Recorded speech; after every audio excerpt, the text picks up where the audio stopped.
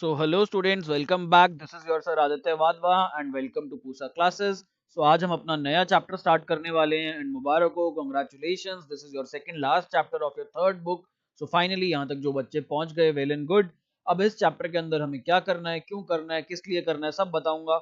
सबसे पहले समझो, स्क्रीन पर मैंने इसकी वेटेज लिखी हुई है. ये चैप्टर आपका 4 to 6 मार्क्स का है और ये पार्ट बी का है. पार्ट बी आप लोगों को मैं बता चुका हूँ 20 मार्क्स का आता है हमारा. 20 मार्क्स में से 6 मार्क्स की तो आपकी कैश फ्लो स्टेटमेंट है एंड देन हमारे पास 4 से 6 नंबर का ये चैप्टर है. 4 to 5 मार्क्स के हमारे पास comparative and common size statement है एंड देन वी हैव अपना पहला चैप्टर जो कि थोड़ा सा थ्योरेटिकल है. थ्योरेटिकल भी क्या है, उसके अंदर एमसीक्यूज आते हैं मेजर मेजर. तो इस चैप्टर के अंदर क्या क्या है वो ना मैं आपको बताऊंगा. रेशियोज हमारे पास कितनी है तो एक चार्ट बनाएंगे हम. मैंने बस यहाँ पर उसका ढांचा बनाया हुआ है, इसके अंदर अभी हम इसको भरेंगे. बट उससे पहले हम लोग समझते हैं अकाउंटिंग रेशियोज होती क्या है, क्यों निकाली जाती हैं, क्या पर्पस होता है इनका. देखो अब कई बार क्या होता है, आप लोगों ने ना टीवी पर रेसिपीज देखी होंगी खाने की.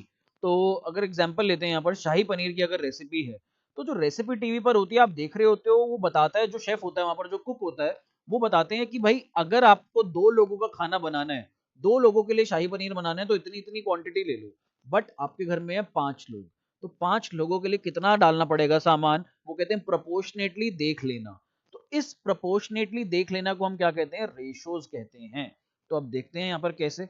सपोज 200 200 ग्राम पनीर लगता है 2 लोगों के लिए, फॉर 2 पीपल. अगर आपको शाही पनीर बनाना है तो अगर आपके घर में 5 लोग हैं तो आपको कितना शाही पनीर चाहिए होगा. उस केस में आपको पनीर जो है, जो पनीर की क्वांटिटी है वो कितनी चाहिए होगी, 500 ग्राम चाहिए होगी. तो आपने क्या किया, आपने सिंपली ये देखा भैया 200 ग्राम तो चाहिए होता है 2 लोगों के लिए और हमारे घर में है 5 लोग, तो हमारे को चाहिए क्वांटिटी 500 ग्राम्स. ये आपने कैसे निकाला, ये आपने सिंपली रेशो निकाली. रेशो कैसे निकाली ये देखो मैं आपको बताता हूँ. आप रेशो निकाल भी चुके हो, जी हाँ आप सीख चुके हो. ये जो 200/2 करा ना आपने, निकाल लिया पर यूनिट, पर पर्सन कितना पनीर चाहिए. तो आपको यहाँ पर पता लग गया पर पर्सन 100 ग्राम्स चाहिए. तो दैट इज अ रेशो. आप हमेशा किसी ना किसी यूनिक टर्म में, किसी इजी टू अंडरस्टैंड लैंग्वेज में अपनी अकाउंटिंग इंफॉर्मेशन को फॉर्मुलेट कर लेते हो ताकि समझने के लिए आसान हो जाए. अब कंपनी के पास एक कंपनी है टीसीएस, एक कंपनी हमारे पास रिलायंस, हमारे पास मारुति, बहुत सारी कंपनीज हैं, टाटा मोटर्स. इन कंपनीज के पास डेट भी है, इक्विटी भी है. इक्विटी क्या होती है, अपना कैपिटल. डेट क्या होता है, जो बाहर वालों से लिया हुआ है. अब किस कंपनी का किस रेशो में है डेट और इक्विटी, किसके पास बेटर सिचुएशन है, किसकी बेटर सिचुएशन नहीं है, ये कैसे समझा जाएगा. हम चाहते हैं कि अपना पैसा हम लोगों का थोड़ा ज्यादा हो और डेट हमारे पास कंपनी में कम हो. जनरली हर किसी की यही सोच रहती है. अब मैं यहाँ पर अगर एग्जांपल लूं टीसीएस और यहाँ पर हम ले लेते हैं रिलायंस.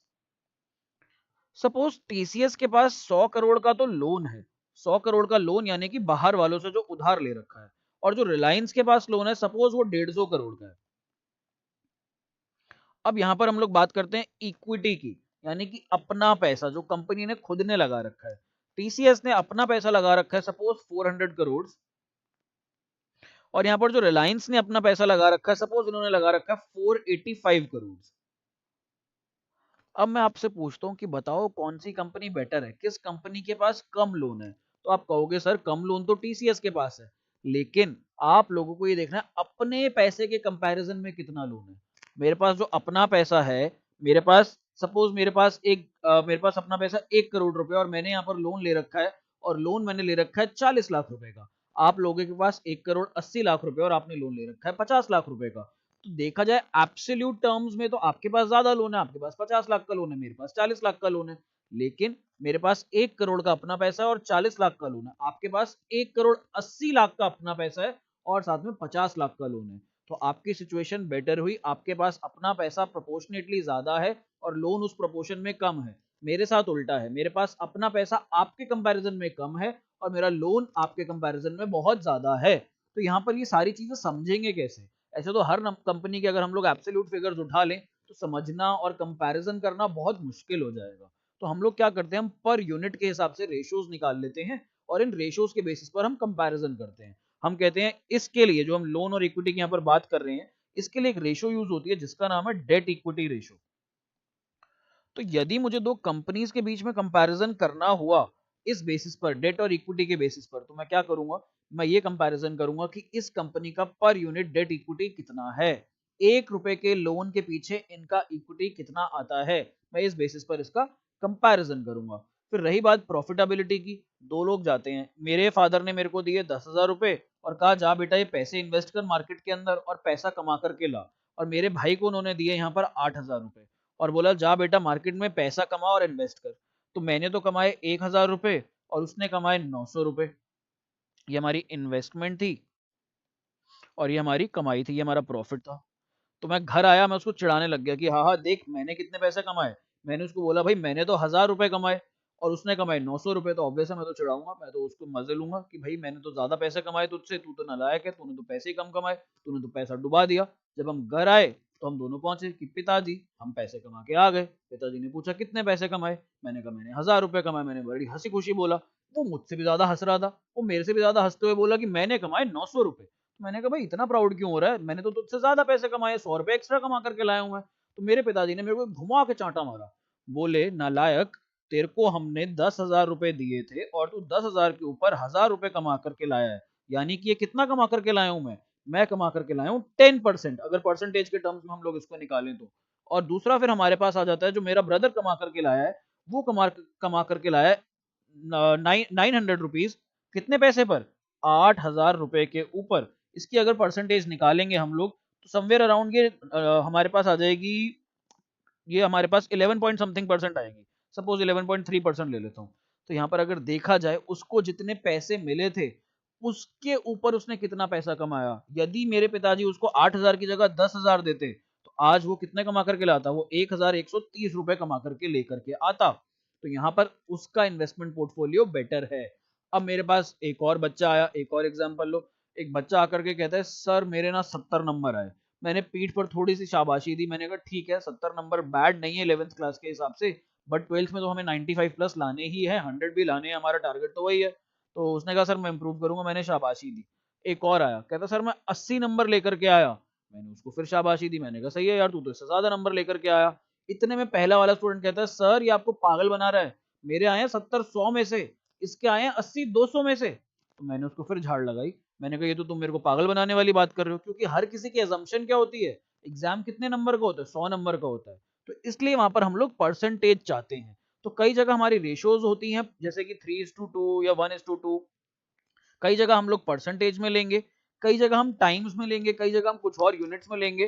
तो पर यूनिट के हिसाब से या पर 100 के हिसाब से हमें इंफॉर्मेशन चाहिए होती है ताकि हम उसको जनरलाइज कर सकें और हम अपने इन्वेस्टमेंट डिसीजंस ले सकें। आई नो बहुत थ्योरी हो गई, आओ अब एक पिक्टोरियल देखते हैं चीज।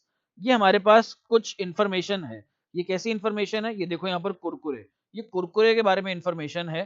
तो कुरकुरे के पैकेट के पीछे, आप कोई भी पैकेट हो, घर में जाओ फटाफट से वीडियो को पॉज करो, कोई भी चीज उठाओ, भले आप केचप की बोतल उठाओ, भले कोई भी पैकेट उठा लो जिसके पीछे न्यूट्रिशनल इंफॉर्मेशन दे रखी होती है, इंडिया में हर पैकेट के पीछे होती है, तो आप उसमें जाकर के देखो। यहाँ पर हमेशा आप जब भी नोटिस करोगे ना तो यहाँ पर 100 ग्राम्स हमेशा 100 ग्राम के हिसाब से इंफॉर्मेशन दे रखी होती है। और आगे पैकेट पर देखना, पैकेट पे लिखा होगा जो पैकेट की क्वांटिटी होती है वो होती है, सपोज पैकेट 26 ग्राम का है, सपोज पैकेट 52 ग्राम्स का है, सपोज पैकेट 60 ग्राम का है, 75 ग्राम का है, 80 ग्राम का है। बट पीछे जो इन्फॉर्मेशन गिवन होगी that will be as per 100 ग्राम, ये 100 ग्राम के हिसाब से इन्फॉर्मेशन होगी। तो ये क्या करते हैं, जनरलाइज कर देते हैं कि भाई 100 ग्राम के हिसाब से इतनी इन्फॉर्मेशन है। अब आपका पैकेट, अगर आपने छोटा 5 रुपए वाला पैकेट लिया तो अपने हिसाब से कैलकुलेट कर लो अपनी इन्फॉर्मेशन, जितने ग्राम का वो पैकेट है। अगर आपने 10 वाला पैकेट लिया कुरकुरे का तो उस हिसाब से आप अपने आप कैलकुलेट कर लो, 20 वाले पे, 35 वाले पे, 40 वाले पे, जितने के भी पैकेट्स आते हैं आप so and so fourth calculate कर सको। तो उन्होंने यहाँ पर आपको एक रेशो दे दी, उन्होंने कहा यदि आप 100 ग्राम कंज्यूम कर रहे हो तो आपने 556 कैलोरीज खा ली, जो कि बहुत ज्यादा है, इतनी हमें नहीं खानी चाहिए कभी भी, तो इस चीज का ध्यान रखना। तो बेसिकली इन्होंने रेशो के फॉर्म में information they the. I hope अब आपको समझ में आ गया रेशोज हैं क्या। यदि हम कभी कहीं इन्वेस्टमेंट करने जाते हैं, यदि हम किन्हीं दो कंपनीज को या चार कंपनीज को कंपेयर करना चाहते हैं, तो हमारे को एक कॉमन यूनिट चाहिए और वो रेशो हमें एक कॉमन यूनिट निकाल करके दे देती है। अब यहाँ पर हम लोग देखते हैं इस चैप्टर में हमारी रेशोज कितनी तरीके की हैं। तो हेडिंग में यहाँ पर डाल दूंगा अकाउंटिंग रेशोज। फिर हमें जो रेशोज के अंदर करने हैं, सबसे पहले हमारी आ जाती हैं लिक्विडिटी रेशोज, या जिनको हम शॉर्ट टर्म सॉल्वेंसी रेशोज भी कहते हैं। लिक्विडिटी रेशोज, मैंने मोबाइल ऐप पर इसके चैप्टर के नोट्स भी डाले हुए हैं, ये आपको लिखने की जरूरत नहीं है, बट अगर रजिस्टर में साथ साथ कर रहे हो तो लिख लो, रजिस्टर में लिखी हुई चीज ज्यादा बेटर रहती है। बट डोंट वरी, इसके मोबाइल एप्लीकेशन जो हमारा पूसा क्लासेस का, अगर डाउनलोड नहीं किया तो डाउनलोड करो, उसके अंदर मैंने इसके नोट्स भी दे रखे हैं चैप्टर के, ताकि आपको एंड में रिवीजन के लिए आसानी रहे। तो लिक्विडिटी रेशियोज को हम लोग शॉर्ट टर्म सॉल्वेंसी रेशियोज भी कहते हैं। एक तो हमारे पास होती है शॉर्ट टर्म के लिए रेशियोज, जिनको कहा जाता है लिक्विडिटी रेशियोज। भाई लिक्विड कितना है कंपनी के पास, कैश कितना लिक्विड है। यहाँ पर पानी की या किसी और लिक्विड की बात नहीं हो रही, पैसे की बात हो रही है। पैसे लिक्विड फॉर्म में, कैश के फॉर्म में कितने हैं। फिर हमारे पास आती हैं long term solvency ratios. Long term solvency ratios, ये चैप्टर पूरा का पूरा फॉर्मूलाज से भरा हुआ है। इस चैप्टर के अंदर अनगिनत फॉर्मूलाज हैं, बट आपको याद एक भी करने की जरूरत नहीं, क्योंकि मैं आपको क्वेश्चंस के साथ साथ रटवा दूंगा अपने आप। आप जब क्वेश्चंस करोगे, आप मीनिंग समझोगे रेशियो का, आपको अपने आप फॉर्मूला याद हो जाएगा। देन वी हैव यहाँ पर हमारे पास एक्टिविटी रेशियोज, एक्टिविटी रेशियोज, और लास्ट में हमारे पास है यहाँ पर प्रॉफिटेबिलिटी रेशियोज। तो क्या सर हमारे पास 4 ही रेशो है? मैंने कहा नहीं, इतने खुश होने की जरूरत नहीं है अभी। इसके अंडर हमारे पास और रेशोज हैं। तो लिक्विडिटी रेशो में हमारे पास सबसे पहले यहाँ पर 1 कर लेते हैं इसको, ताकि हमें एंड में टोटल करने में आसानी हो। यहाँ पर हमारे पास सबसे पहली जो रेशो है दैट इज करंट रेशो। फिर जो हमारे पास नंबर 2 पर रेशो है दैट इज क्विक रेशो। इनके नाम होते हैं और भी, वो सारे के सारे नाम करवाऊंगा जैसे जैसे रेशोज एक्सप्लेन करता रहूंगा। देन लॉन्ग टर्म सॉल्वेंसी में हमारे पास है सबसे पहले डेट इक्विटी रेशो। इसमें 4 रेशोज होती हैं लॉन्ग टर्म सॉल्वेंसी में। सेकंड हमारे पास आ जाती है यहाँ पर total assets to debt ratio. कई रेशोज के फॉर्मूलाज तो ना नाम में ही छुपे हुए होते हैं। Total assets to debt ratio. Then we have proprietary ratio. Proprietary ratio के बाद हमारे पास आ जाती है यहाँ पर interest coverage ratio. Interest coverage ratio. तो अभी तक हमने कितनी रेशोज देखी? अभी तक हमने 6 रेशोज देख ली यहाँ पर। अब एक्टिविटी रेशोज पर आ जाते हैं। तो एक्टिविटी रेशोज में हमारी जो सबसे पहली रेशो है दैट इज ट्रेड रिसीवेबल्स, या चलो पहले यहाँ पर इन्वेंट्री टर्नओवर रेशो ले लो। सबसे पहले हमारे पास आ जाती है यहाँ पर inventory turnover ratio. Then we have यहाँ पर हमारे पास trade receivables turnover ratio. Trade receivables turnover ratio. Then हमारे पास थर्ड आ जाती है यहाँ पर ट्रेड पेबल्स टर्नओवर रेशो। फिर हमारे पास चौथी आ जाती है यहाँ पर वर्किंग कैपिटल टर्नओवर रेशो। कितनी हो गई रेशोस, काउंट कर रहे हो? यहाँ पर 4 4 2, हमारे पास 10 रेशोस तो ऑलरेडी हो चुकी हैं। अब आगे प्रॉफिटेबिलिटी रेशोस, क्या लग रहा है कम होंगी ज्यादा होंगी? यहाँ पर और ज्यादा रेशोस हैं। तो यहाँ पर शुरू हो जाते हैं। हमारे पास सबसे पहले आ जाती है gross profit ratio. Then we have यहाँ पर हमारे पास operating profit ratio. Operating profit ratio. फिर हमारे पास आ जाती है ऑपरेटिंग कॉस्ट रेशो। देन हमारे पास यहां पर आ जाती है नेट प्रॉफिट रेशो। फिर हमारे पास लास्ट में आ जाता है रिटर्न ऑन कैपिटल एम्प्लॉयड या रिटर्न ऑन इन्वेस्टमेंट रेशो। तो अब देखो यहाँ पर हमारे पास कितनी रेशोज हो गई? 10 पहले थी, 5 और लिख दी मैंने, 15 रेशोज है हमारे पास जो हमें करनी है। और हर 15 रेशो में न्यूमरेटर भी है, डिनोमिनेटर भी है। तो जब न्यूमरेटर होगा और डिनोमिनेटर होगा, उसको निकालने के भी और फॉर्मूलाज हैं। तो 15 फॉर्मूलाज तो आपको करने ही करने हैं, प्लस हर रेशो के अंदर एक फॉर्मूला तो आप मिनिमम लेकर के चलना। मिनिमम कह रहा हूं मैं यहाँ पर। तो लगभग लगभग 30 से 35 फॉर्मूले हैं जो आपको इस चैप्टर के अंदर करने हैं।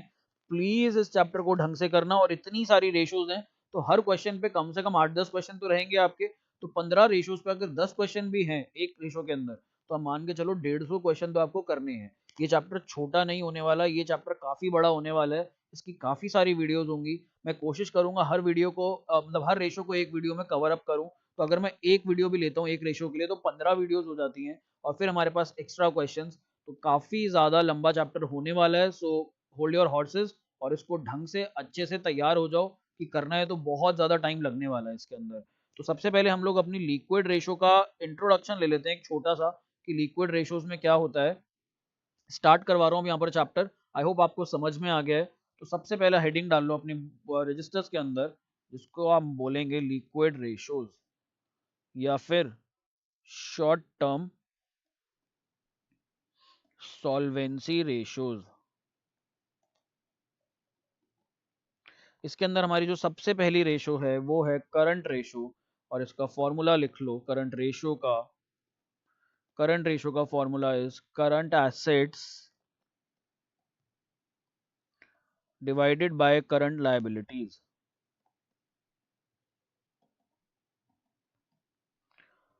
ठीक है, ये हमारा फॉर्मूला हो गया, इसका बहुत सिंपल सा फॉर्मूला है। अब यहां पर एक और चीज लिख लो, आइडियल करंट रेशो।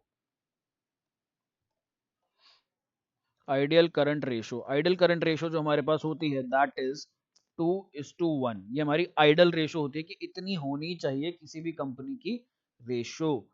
इसके अंदर हमारे क्वेश्चंस आएंगे, हम लोग पहले इसके क्वेश्चंस करेंगे, फिर हम लोग स्विच करेंगे अपना क्विक रेशो पर। इसलिए मैं क्विक रेशो का यहाँ पर फॉर्मूला नहीं लिखवा रहा हूँ आप लोगों को। तो नेक्स्ट वीडियो के अंदर, ये आपका इंट्रोडक्शन था छोटा सा, नेक्स्ट वीडियो के अंदर हम सीधा सीधा स्ट्रेट फॉरवर्ड इसके क्वेश्चन से शुरू करेंगे करंट रेशो के। इसमें काफी वेराइटी ऑफ क्वेश्चंस हैं और वो वेराइटी ऑफ क्वेश्चंस हम लोग देखेंगे। प्लस इस चैप्टर को समझने के लिए आपको बैलेंस शीट भी आनी चाहिए। बैलेंस शीट कैसे आनी चाहिए, यहाँ पर टी शेप वाली ही आती हो तो भी बढ़िया है, काम चल जाएगा। छोटा सा 1 मिनट और लूंगा आपका यहाँ पर, फटाफट से वो बैलेंस शीट भी समझा देता हूँ, बना ही लो यहाँ पर। तो हेडिंग डाल लो बैलेंस शीट। कुछ नहीं करना आपने बैलेंस शीट के अंदर, बस सिंपली एक बहुत छोटी सी बैलेंस शीट बनानी है। इधर आप लोग लिख दोगे NCA और इधर लिख दोगे आप CA। इसको इसके साथ ही लिख दो CA को, NCA और CA। यहाँ पर आप लिखोगे SF, NCL और CL। फिर आप यहाँ पर नीचे टोटल्स और एक एरो बना लेना कि जो करंट एसेट्स होते हैं वो करंट लायबिलिटीज के बराबर होते हैं। यहाँ पर आप लोगों की अमाउंट्स आ जाएंगी। होगा क्या, कई बार इन 5 में से ना आपको कोई 4 फिगर्स दी होंगी, तो आपको बाकी जो निकालनी होगी वो बैलेंसिंग फिगर निकालना होगा। सपोज जैसे कि अगर मैं यहाँ पर एग्जांपल ले लूँ, तो आप लोगों को करंट एसेट्स नहीं गिवन, और हमें क्या चाहिए, यहाँ पर करंट एसेट्स चाहिए। हमें ये 3 चीजें दी होंगी, इससे हम लोग निकाल लेंगे टोटल लायबिलिटीज। टोटल लायबिलिटीज हमारी बराबर होती है टोटल एसेट्स के, तो हम यहाँ पर ये मिसिंग फिगर निकाल पाएंगे। तो इसलिए बैलेंस शीट बना लो, बस सिंपली लायबिलिटी साइड पे आप लोग लिख लो SF यानी कि शेयर होल्डर फंड, फिर नॉन करंट लायबिलिटीज और फिर करंट लायबिलिटीज। ये 3 मेजर हेड्स होते हैं हमारे, हम पढ़ के आ चुके हैं पीछे।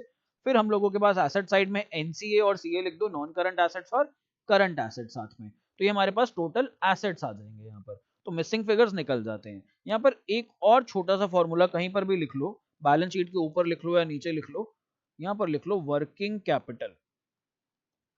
Working capital is equal to current assets minus current liabilities.